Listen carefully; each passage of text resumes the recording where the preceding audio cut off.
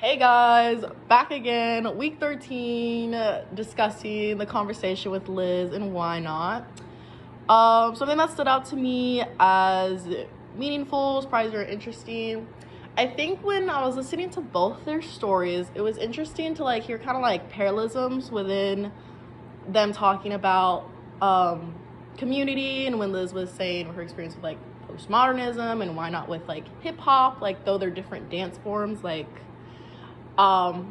how Liz would be like, okay, well, you have some people that are, when they choreograph and they're like, you're gonna do it this way and it has to be done this way, I want you to look like this and like this, versus some people that are like, hey, I have this idea, don't know how I feel about it though, maybe we can try this movement out on your guys' dance bodies and then we can kind of figure it out.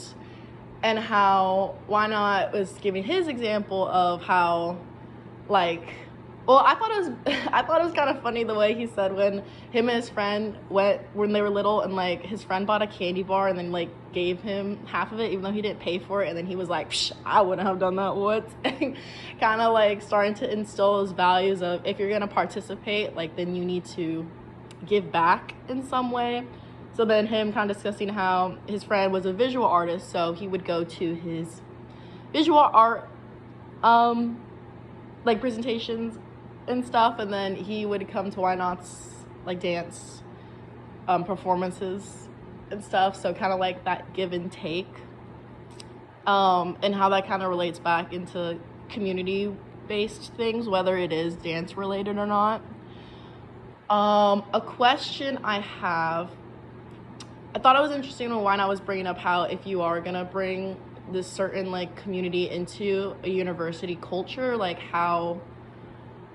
can you make it work? If you can't make it work, do you just not do it, or do you find other ways? I think if you were leaning towards you don't think this is gonna work, I guess what would you do as the next step? Let's say I wanted or if hip-hop was being taught in a university and I didn't feel the values of it were being prioritized, right? And I was like, yeah, this isn't gonna work, and I decide that I'm not gonna do it. What would be the next step at that point if I felt I couldn't really